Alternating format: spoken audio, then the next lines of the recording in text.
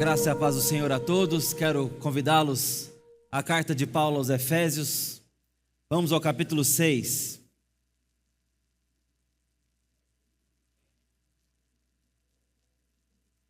Carta de Paulo aos Efésios, capítulo 6. Vamos abrindo aí.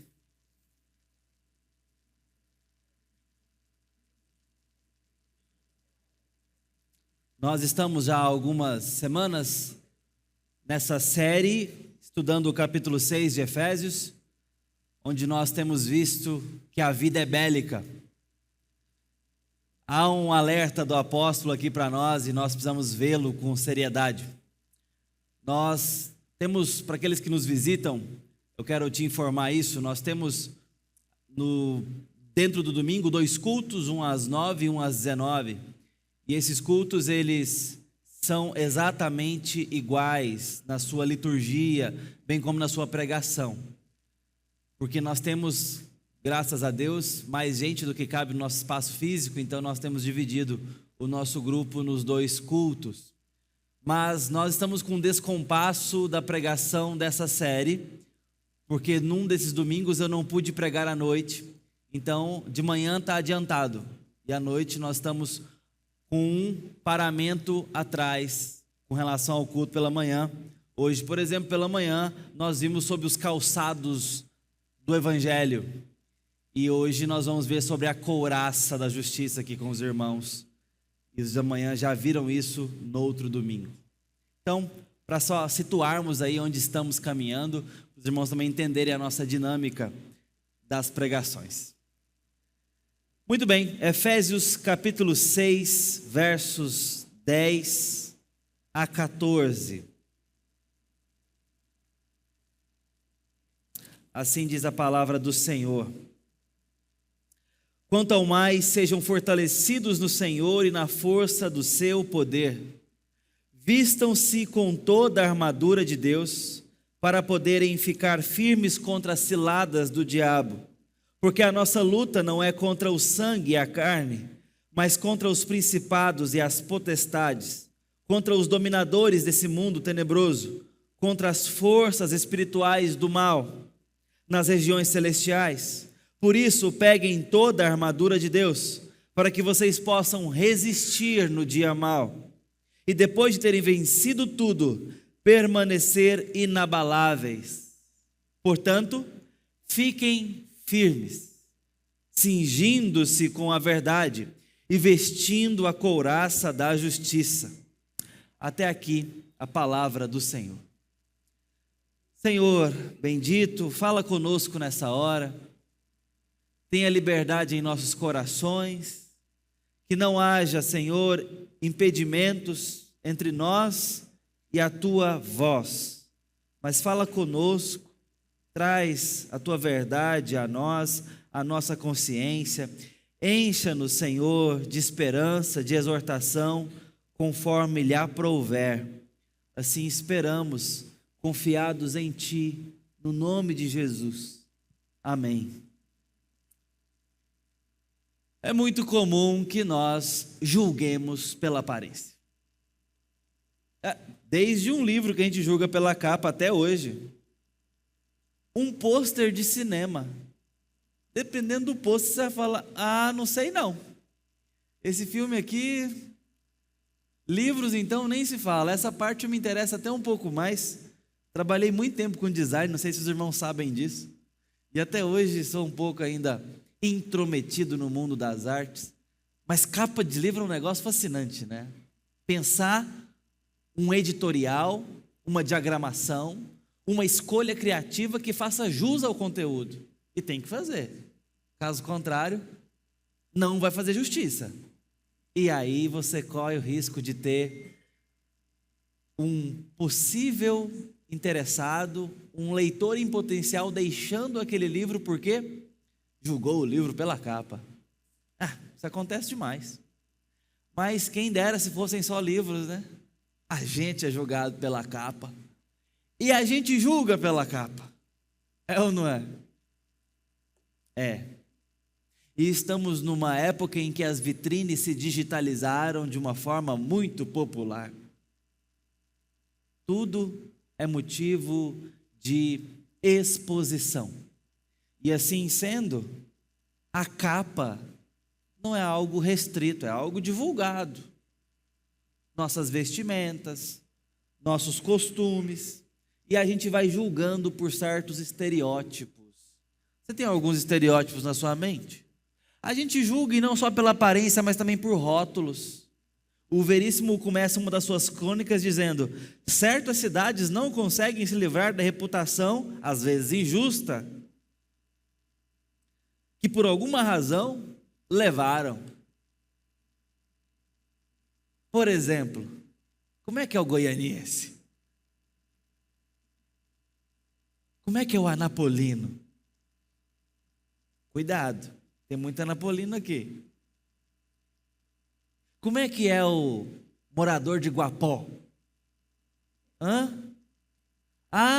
Os de Brasília. Um brasiliense. E não se mistura com goiano. A malandragem carioca. O individualismo paulista. E por aí vai, não vai? A gente vai arrumando rótulos para algumas cidades, para algumas realidades. Faz ou não faz isso? Faz. Porque a gente trata a aparência como algo importante, estereótipo como algo que diz alguma coisa, e a gente leva isso muito a sério. A gente veste o mundo com figurinos e julga. Bom, você sabia que o cristão também tem que ter uma certa aparência e ser julgado por ela? A Bíblia fala que o cristão não basta ser bom, ele tem que parecer bom. É dito assim, fugir da aparência do mal. Ou seja, aproximai do quê? Da aparência do que é bom. Então, há uma necessidade de parecermos bons e não só sermos bons. Há uma aparência então necessária, a obra que aparece aos homens, não é? Mas Paulo aqui está falando que nós precisamos de certas vestimentas. E antes que a gente considere elas mais um pouco, como vamos fazer agora, o que mais sobressai na característica de um cristão? Se formos julgar aquilo que parece, aquilo que aparenta, como é um cristão? Qual é a primeira característica que diríamos? Eu arrisco dizer que tem uma que é mais recorrente no nosso imaginário. Sabe qual? Justiça. Um cristão tem que ser justo, agir com justiça. E quando você vê alguém julgando com justiça, fazendo um juízo de valor de forma justa no trabalho, às vezes numa dinâmica familiar de quebra-gelo, do Natal ali, do inimigo secreto, e alguém, não, calma aí, sejamos justos. Fulano tirou o número primeiro, ciclana, e organiza ali, sabe, alguém que é justo ali no tratar. Você fala assim, essa é uma atitude cristã. Talvez justiça de fato sobressaia quando você vê alguém que não entra numa tramóia da empresa, alguma atividade ali escusa. É uma boa forma da gente imaginar que justiça seja talvez a decência esperada de um cristão. Um cristão seria alguém com decência moral, que vive de maneira correta. De fato, é uma boa definição. Não está nada errado aí. É uma boa definição se nós formos para o lado da decência. Só não é suficiente. Não basta. Não basta só parecer bom. E não basta só agir de forma justa. Aliás, muitos poderiam fazer isso. Se eu vestir a decência moral como se ela fosse a couraça disponibilizada em Efésios, capítulo 6, verso 14, eu estarei vulnerável num campo de batalha, no qual Paulo termina sua carta dizendo: estamos em guerra. Os 3 primeiros capítulos ele fala de grande situação de bênção que nos cerca. Há toda uma sebe de bênção que nos, de fato, permita-me a redundância, cerca. Há uma condição abençoada em todas as regiões celestiais, em Cristo. E nessa expressão em Cristo, ele confirma quem somos e como estamos de fato seguros. Eleição, predestinação, um amor eterno, santificação, obras que ele preparou, boas obras, para que andássemos nelas. Olha como que Deus nos cercou eternamente no plano cósmico, para nos abençoar. Capítulo 1, 2 e 3. Passando pelo capítulo 2, que mostra que essa vida que recebemos foi em nossas mortes e delitos. Ou melhor, na nossa morte, em nossos delitos de pecados. Ou seja, recebemos algo que nos trouxe a vida, graciosamente. E isso é mediante a fé, não por obras, para que ninguém se glorie. Essa é a situação do convertido, daquele que nasceu de novo, foi alcançado pelo Evangelho. Aí o que acontece em seguida? Capítulos 4, 5 e 6, pelo menos o começo do 6. Ele vem nos mostrar como que agora não só temos uma condição espiritual, cósmica de bênção, mas agora na terra, na nossa vida, na nossa história, vamos caminhar de modo digno do evangelho que recebemos. Ele diz: andai, pois, de modo digno do evangelho. Então não é só uma questão que eu recebi, é algo que eu também vivo, experimento, coloco em prática, alcança minhas escolhas. E quando eu chego no final do capítulo 6, ele vai dizer: mas eu tenho um último recado, como que dizendo, né? Não é só uma questão de boas práticas, não é apenas uma questão de estar abençoado e ter boas práticas. Estamos em guerra. Haverão inimigos. Vocês serão acusados. Vocês serão alvos de mentiras, ciladas. Vocês serão alvos de inimizade. Há uma luta. E essa luta não é contra a carne, nem o sangue, mas principados e potestades e dominadores desse mundo tenebroso. Há uma inimizade nas forças espirituais do mal, nas regiões celestiais, contra o povo de Deus. Paulo quer que a igreja não seja inocente quanto a essa realidade. Ele começa nos dando fundamento, nos envia para a prática, mas ele quer que não sejamos inocentes quanto à realidade espiritual que vivemos. Mas ele só não apenas nos alerta, ele não apenas nos deixa alarmados, ele nos deixa recursos à disposição. E esses recursos serão simbólicos, mas que apontam para recursos reais. Através de imagens da vestimenta, ele está falando: o crente será identificado e usará da força de Deus quando se aparamentar dessa vestimenta. Agora é uma vestimenta bélica, militar. Por mais agradável que possa ser essa notícia, é uma boa notícia porque está vindo com recursos suficientes. E é quando ele diz: revesti-vos, fortalecei-vos. Você pode receber da força no Senhor, do seu poder e se vestir dele. O cinto que cinge tudo deve segurar em primeiro lugar a couraça da justiça. E aqui que entra o primeiro conflito, a primeira inquietação. Porque se por um lado facilmente somos identificados pelas boas obras, pela prática moral correta, pela decência costumeira, e isso é a nossa justiça, nós precisamos confrontar se essa justiça está baseada nas minhas boas obras. porque se for, eu não estarei vestindo uma couraça da justiça, eu estarei fabricando um costume da justiça, ou uma fantasia justa.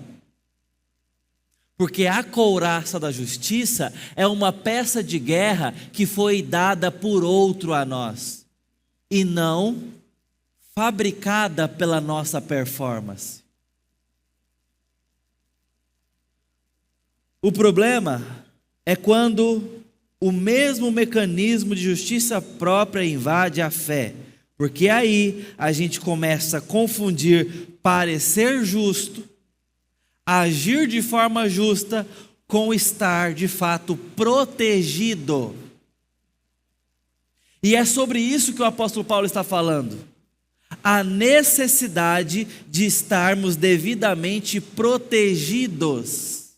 Porque tem necessidade de estarmos protegidos contra as ciladas do diabo, contra as artimanhas dos inimigos da fé, contra suas acusações. E essa proteção não virá de autojustificação, de mérito próprio, de justiça própria, de boas obras. Isso não protegerá o povo de Deus nos seus órgãos vitais, porque o que está sendo disponibilizado no símbolo da couraça protege pulmões, coração e vísceras. No campo de batalha, uma flecha nessa região, uma espada, uma lança atravessando esta região é fatal. Num campo militar contemporâneo, bastam 2 balas nessa região e é fatal. Se muito. Né, Laurence? Nossa, mais ou menos por aí, né? Depois você nos diz aí. Paulo, obviamente, não está falando nem de escopeta, nem de 9mm, está falando de lança, de espada e de flecha. Que rasga. E precisa de proteção. E quem está interessado em perfurar o inimigo das nossas almas? Você pode não levar a batalha a sério, mas sabe que o diabo leva. Você pode ignorá-lo, mas saiba de uma coisa, ele não te ignora. E está interessado em te ferir. É exatamente aqui que entra a couraça da justiça. É nesse ponto que Paulo então diz, tendo essa bênção, andando dessa forma digna, porque precisamos das obras, elas só não são nossa justiça, elas são expressões da nossa justiça. Entende a diferença? Não são as nossas obras que justificam e nos protegem, portanto. As nossas boas obras são reflexos daquela vida que nasceu de novo, do capítulo 1, 2 e 3. As nossas boas obras são resultado das bênçãos celestiais em Cristo, e elas vão expressar da justiça de Cristo. E o diabo virá com ciladas.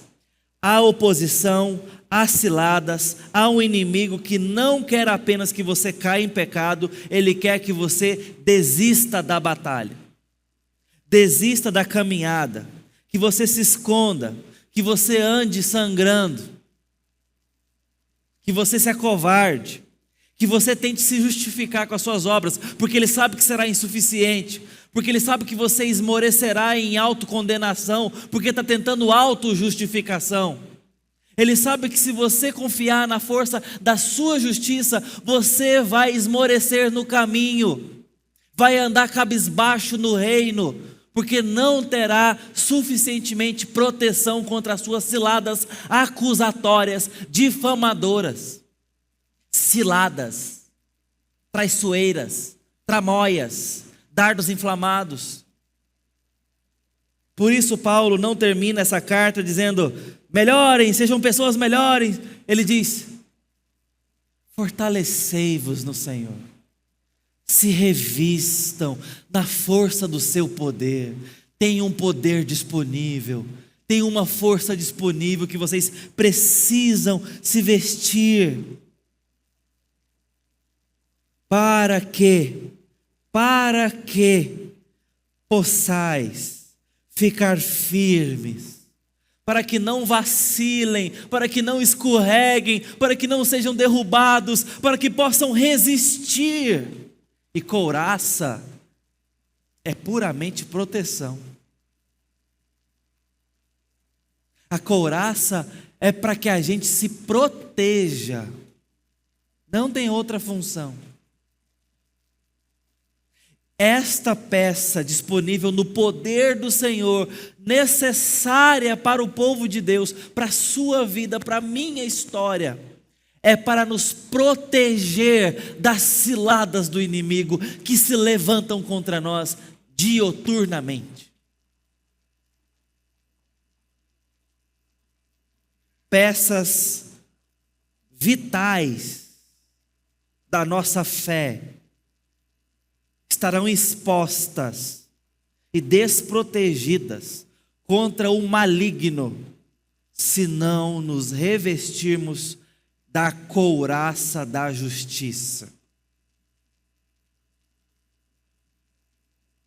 Mas, então é a hora de perguntar, afinal, que justiça é essa? Se não é a justiça das minhas obras justas, se não é o meu bom comportamento, que justiça é essa que protege meus órgãos vitais na batalha contra o inimigo?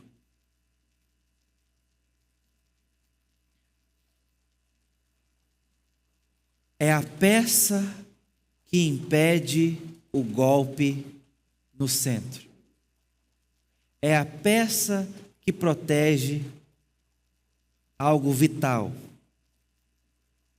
É algo que protege o coração, a consciência, sua identidade, seus afetos, sua fonte de segurança. Há no direito uma expressão que a gente às vezes pouco usa no cotidiano, a não ser nos bancos e no mercado financeiro, que é o fator fiduciário. No direito a gente usa essa expressão para a fidúcia do coração, que é a confiança. O fator fiduciário é o elo de confiança entre duas partes.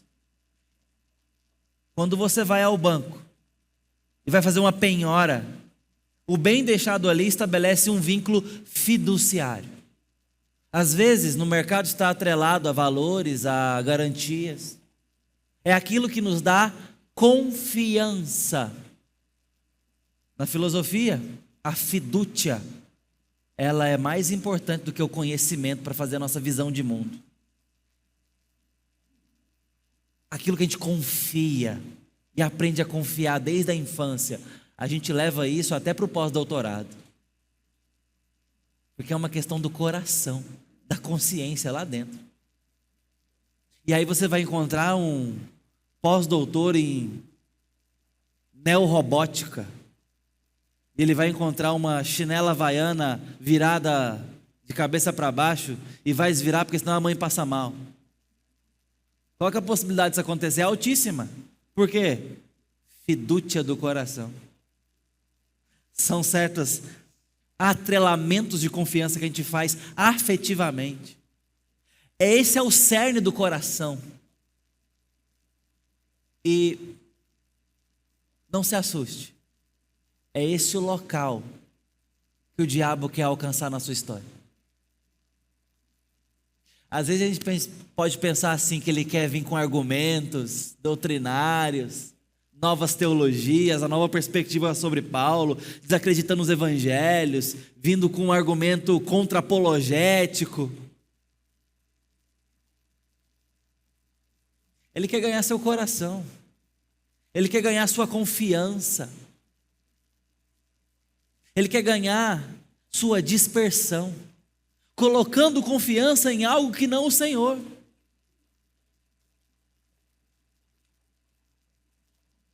O comentarista Ian Dung, tive o privilégio de ter aula com ele ainda na época do mestrado.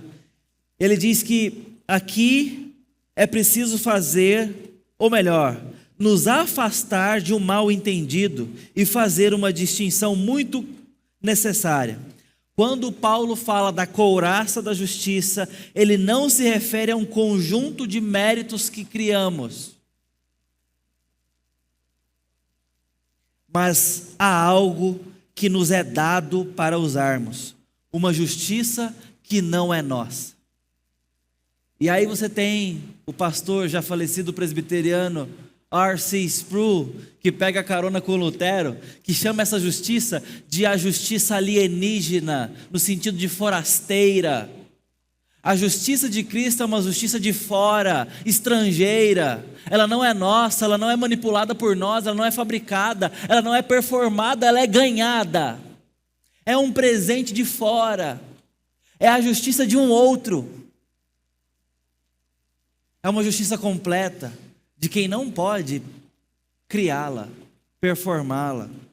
E isso muda tudo. Porque se a couraça é a minha justiça, ela falha precisamente quando eu mais preciso dela. Sabe quando? Quando eu peco, quando eu estou fraco, quando a acusação parece plausível, quando a investida de Satanás vem com força, quando a minha fé está vacilante, quando a tentação me parece atraente. Nessa hora, a minha justiça não pode proteger o meu coração. Porque a minha justiça é falha. Ela não é completa, ela não é perfeita. Ela é só uma fantasia de guerreiro, feita com malha, com colã. Não é couraça, forjada no metal.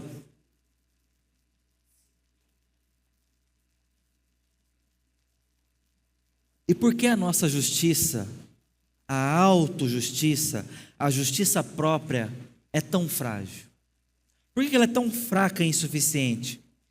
Porque ela nunca foi couraça. A couraça está sendo nos dada aqui, em Cristo. A couraça de Cristo está sendo nos entregue por Ele. Imagina a seguinte situação. Vamos supor que você chega à seguinte matemática: um pecado só por dia. É uma boa média, não é não? E para mim é bom demais. Estou no lucro. Um por dia? Então, numa vida média, misturei as duas palavras. Numa vida média, de expectativa de vida média, vamos colocar aí nossa expectativa brasileira, dá quase 30 mil pecados. Um por dia, já melhorou muito a nossa situação. Você vai chegar para diante de Deus com 30 mil pecados, mais ou menos.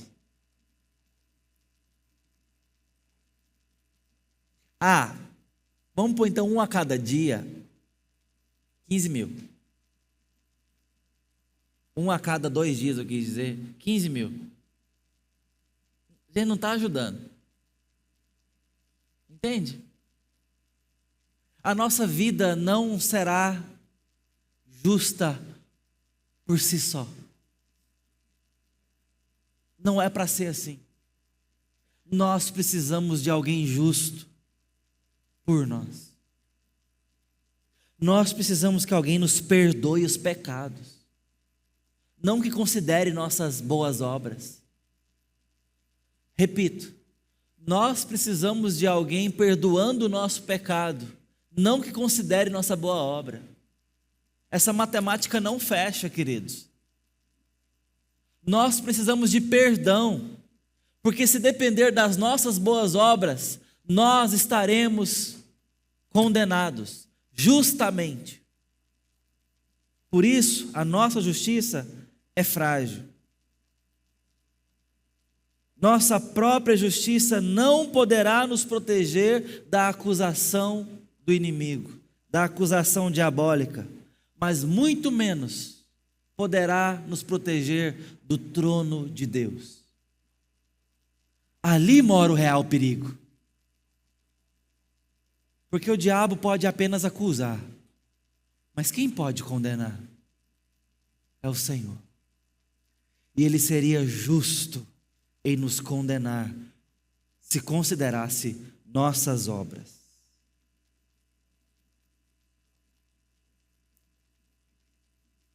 Se a sua justiça é o argumento do réu que tenta barganhar com o juiz, ela não vai segurar o impacto das flechas de Satanás. E Paulo está falando de flechas reais. Ele está falando de uma inimizade real, de uma vida realmente bélica. É por isso que Paulo está usando aqui a imagem de Isaías 59. Deixa eu ler alguns versos para os irmãos, onde o Senhor é descrito como um guerreiro. Porque as nossas transgressões se multiplicam diante de ti, e os nossos pecados testificam contra nós. As nossas transgressões estão conosco, e conhecemos as nossas iniquidades. Temos sido infiéis e mentimos contra o Senhor. Nós nos afastamos do nosso Deus, pregamos a opressão e a rebeldia, proferimos palavras de falsidade, que concebemos em nosso coração. Por isso o direito se retirou, e a justiça se pôs de longe. Porque a verdade anda tropeçando pelas praças, e a retidão não pode entrar. Sim, a verdade sumiu. E quem se desvia do mal é tratado como presa. O Senhor viu isso e desaprovou o fato de não haver justiça. Viu que não havia ninguém e maravilhou-se de que não houvesse um intercessor. Por isso, seu próprio braço lhe trouxe a salvação, e a sua própria justiça foi o seu apoio. Vestiu-se de justiça como de uma couraça, e pôs o capacete da salvação na cabeça. Pôs sobre si a veste da vingança, e se cobriu de zelo como de um manto. Uau! Perceba como que Paulo está evocando a imagem de Isaías. Nós estamos perdidos. Nós não temos quem interceda por nós, se o nosso mérito está na nossa própria justiça. E o texto tem essa virada. Por isso, o seu próprio braço lhe trouxe salvação. E ele vestiu a couraça da justiça e o capacete da salvação. Ele vem ser aquilo que o povo não pôde ser por si só. O cenário é desesperador. O povo não tem justiça para oferecer. As suas obras são trapos jogados no lixo. Não há um intercessor no meio do povo. É por isso que o Senhor intervém. Ele veste a justiça como couraça e vem salvar o povo.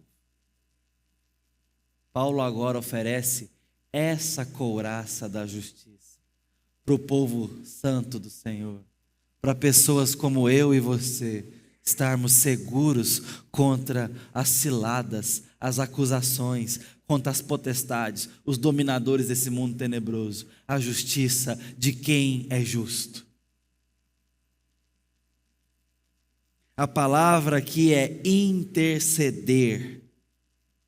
E ela ecoa lá de Isaías 53, quando ele fez por nós, o servo sofredor, a intercessão pelos transgressores, o pedido ao Pai pelos pecadores. E ele se serviu de ovelha levada ao matadouro para que outros pudessem ser curados e sarados. Esse servo sofredor é o guerreiro de Isaías 59. O sofredor do 53, a ovelha sangrenta, é o guerreiro vestido para a vitória em 59. A boa notícia é que tanto essa ovelha quanto esse guerreiro está por nós e não contra nós, para nos dar a bendita salvação. Queria estar pregando isso na igreja pentecostal.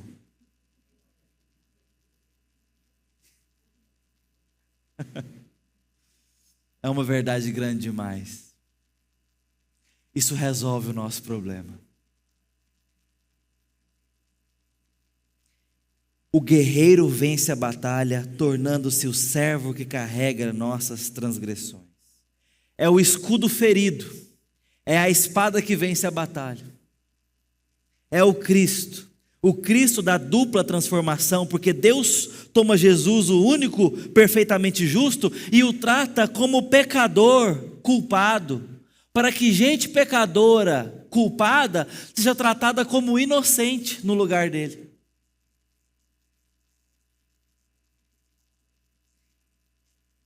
É isso que foi dito em 2 aos Coríntios 5:21. Aquele que não conheceu o pecado, ele o fez pecado por nós, para que nele fôssemos feitos justiça de Deus. Ele levou sobre si as nossas dores, as nossas transgressões. Ele foi tratado como culpado na cruz que era devida a mim e a você. Como escaparemos, irmãos, se negligenciarmos tão grande salvação? Como nos protegeremos se estivermos debaixo de outra justiça que não a do Cristo, que não a do servo sofredor, que não a de Jesus Cristo, o guerreiro que vence a batalha? Como estaremos seguros da fé se a sua justiça ainda é a sua âncora para a tempestade contra o diabo? Como escaparemos se estivermos protegidos com outro paramento que não a couraça da justiça do justo, Cristo Jesus, o Senhor?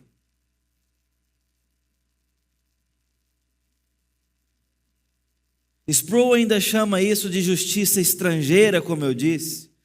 John Piper chama isso de dupla imputação, porque Deus imputa nossos pecados a Cristo e imputa a justiça dele em nós. É algo de fora, é algo estranho, é algo que não é fabricado em nós, nem por nós, é dado a nós. É monergístico, não sinergístico, não é uma cooperação, não é 50-50, é nos dado, fornecido. É a alegre troca do Senhor, porque Ele verá o fruto do penoso trabalho de sua alma e ficará satisfeito. Agora traga isso para Efésios 6. Isso não é só doutrina para a nossa confessionalidade. É a armadura, a trincheira da vida que vamos precisar contra o inimigo. Você pode sentir o peso da culpa. Você pode sentir a vergonha dos seus pecados, da sua falha, da sua fé pequena, da sua performance medíocre. Você pode sentir o impacto de ter caído. Não que a couraça seja negação emocional. Não é para a gente andar negando a realidade do nosso mal, mas sim que ela é proteção espiritual de verdade contra isso. Uma coisa confronta a outra. Ela impede que a acusação atravesse o peito e se torne nossa identidade, entende? A justiça de Cristo coloca as coisas no devido lugar, nos devidos lugares. Não é que o nosso pecado se torna menor, não torna. Ele continua sendo horrendo, ele continua sendo vil, mas eu tenho que basear na justiça de Cristo para entender o perdão disponível, a segurança que eu tenho nele, para continuar avançando, para me recompor e para ter a minha identidade, não na minha performance, mas na performance de Cristo, como filho amado de um Deus amoroso e paterno. Isso muda tudo, queridos, a nossa concepção. Perceba que a estratégia do inimigo é dupla. Primeiro, ele quer que você pense que Deus não te ama porque a sua performance não é tão boa. Primeiro, ele quer fazer você duvidar dos interesses legítimos de Deus. E depois ele quer dizer, por outro lado, que pecado não ofende tanto a Deus assim. E são duas mentiras e dois extremos que parecem opostos, mas facilmente podem caminhar juntos. Um vai nos levar a esmagar a nossa identidade em Deus. O outro vai tentar nos deixar anestesiados para com Deus, para com a santidade. Mas ambas querem a mesma coisa: fazer os nossos pés vacilarem, para que a gente não fique firme. Se a nossa identidade em Deus não for segura em Cristo, nós vamos vacilar. Nós vamos tremer as bases. E se começarmos a tratar o mal como algo relativo, e o diabo tem interesse, e isso faz parte das suas ciladas, nós vamos vacilar gradativamente, sorrateiramente. É nesse ponto que a couraça funciona. Ela responde não com, tá bom, eu vou melhorar, eu vou ser melhor, agora vai dar certo, porque isso ainda é obra sua. Isso ainda é fantasia de justiça. É colã. A couraça responde com: eu pertenço a Cristo. Eu estou revestido da justiça dele. Apartado da justiça perfeita de Cristo, eu não estou seguro.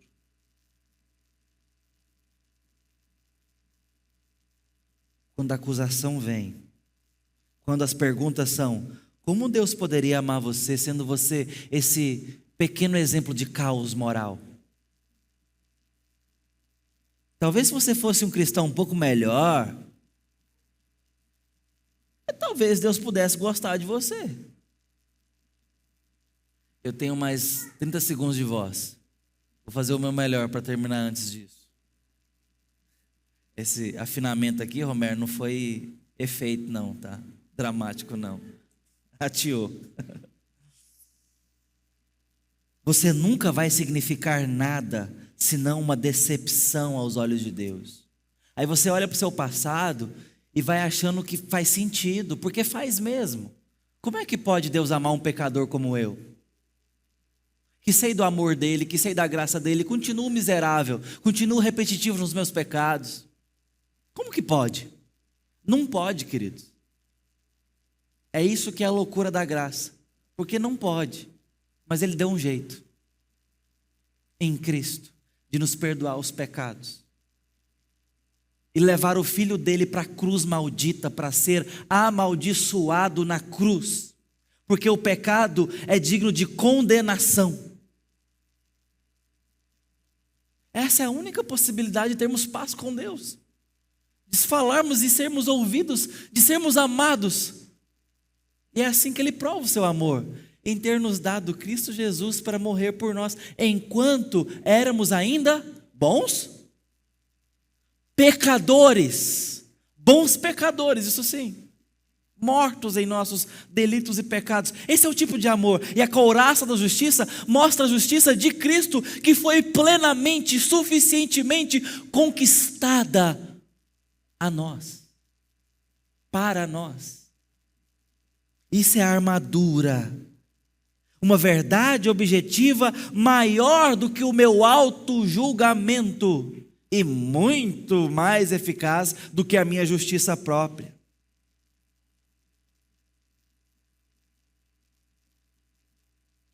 Nós precisamos entender como a couraça é uma boa notícia que muda tudo. Não importa o quão ruim você tenha sido, o quão ruim você tenha sido, a oferta da libertação de Deus ainda permanece. Você não consegue lançar mais mal sobre Jesus do que ele pôde suportar. Nem pode tentar convencê-lo a te amar mais do que ele já te ama. Essa é a boa notícia para o orgulhoso e autossuficiente que confia nas suas boas obras, porque as suas boas obras, a sua própria justiça, não podem contra o diabo e não podem fazer nada pela sua santificação. Essa é uma boa notícia para você. É uma boa notícia para o irmão mais velho da parábola do filho pródigo, que mantém a fachada e chama isso de maturidade, porque é pesado fingir perfeição. É pesado viver uma vida de boas obras quando o coração não está ancorado e descansado na justiça de Cristo. É cansativo viver de comparação. O Evangelho humilha com misericórdia e o convida a descansar numa justiça recebida, não performada, não exibida. Esse é um dos gritos do Evangelho contra o nosso ego. Humilhante, mas libertador. Eu quero encerrar de forma um pouco mais prática. Porque Paulo escreveu para uma guerra prática e real. Como que dá para vestir a couraça da justiça no dia a dia? Você veste quando aprende a distinguir convicção de acusação. Onde estão suas convicções quando as acusações vierem? Convicção do Espírito aponta para Cristo e te chama de volta. Acusação do inimigo te tranca num tribunal sem evangelho. Você precisa voltar para Cristo sempre que a acusação vier. Esse é o lugar seguro. Você veste quando confessa pecado sem teatro, sem meias verdades, meias confissões, autojustificativa. Quando confessa não dizendo, não foi bem assim, mas dizendo, pequei e preciso de perdão. É a hora de vestir a couraça da justiça, é quando ela cabe em nós, nos protege. Ao mesmo tempo você veste quando recusa transformar seu pecado na sua identidade. Quando você se acostuma com aquilo e acha que aquilo é você. Você veste quando você não aceita essa identidade do velho homem mais. Você não diz, eu não sou amado, porque eu tenho sido assim. Você diz, preciso do Salvador. O Salvador que já me foi dado. A gente veste a couraça quando a gente reconhece necessidade de Jesus. Você a veste quando responde à consciência com o Evangelho. Cristo foi tratado como culpado. Eu sou tratado como justo por causa disso. Por causa dele, do mérito dele. E isso dá força contra a tentação. Porque você está sendo fortalecido no Senhor e na força do seu poder, não na sua própria. Então você dá um passo concreto de obediência, não para pagar uma dívida que você não pode pagar, porque a dívida já foi paga. Não para guerrear uma batalha que você não pode vencer e não tem que vencer, porque já foi conquistada, mas porque a nova vida lhe foi dada. Porque você tem o que agradecer, o que louvar e de quem se proteger. No fim, Efésios 14, não é um convite a um moralismo ou uma estética militar, é um convite à permanência firme em Cristo, quando as mentiras se levantarem, quando a acusação vier, quando nós tropeçarmos, quando as pernas vacilarem, estarmos protegidos em Cristo. Como você reagirá quando as flechas vierem hoje? Qual justiça estará protegendo o seu peito, o seu coração? Se for a sua, ela vai falhar. A sua colã de justiça não segurará as flechas do diabo. Mas se for a couraça de Cristo, externa, perfeita, concedida gratuitamente, ela vai proteger o seu coração. Vai te deixar guardado, sustentado e de pé. Mesmo que a vida seja bélica, seja um campo de batalha no qual precisamos estar protegidos. Vista a couraça da justiça, não como um símbolo, mas como um abrigo da sua identidade em Cristo Jesus. Esse é o poderoso Evangelho de Deus. Em Jesus, que tira o pecado do mundo e que tem nos guardado em sua palavra. Vamos buscá-lo. Senhor bendito, pedimos a graça do Senhor nessa hora, porque precisamos profundamente de proteção. Não nos deixes inocentes quanto às artimanhas do maligno, mas, por favor, Senhor, compadeça de nós, nos tirando de nossas autojustificativas, das nossas justiças próprias, da nossa moralidade vazia, da nossa aparência vazia. Ajuda-nos a entender o tamanho da graça necessária, que é a justiça de Cristo por nós. Ó Deus, dá-nos consciência do perdão concedido.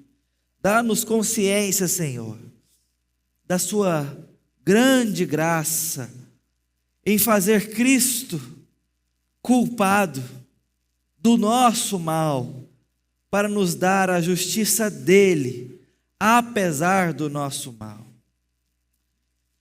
Seja louvado por corações que entendem o grande favor do Evangelho e se guardam na justiça do servo sofredor e do guerreiro do Senhor.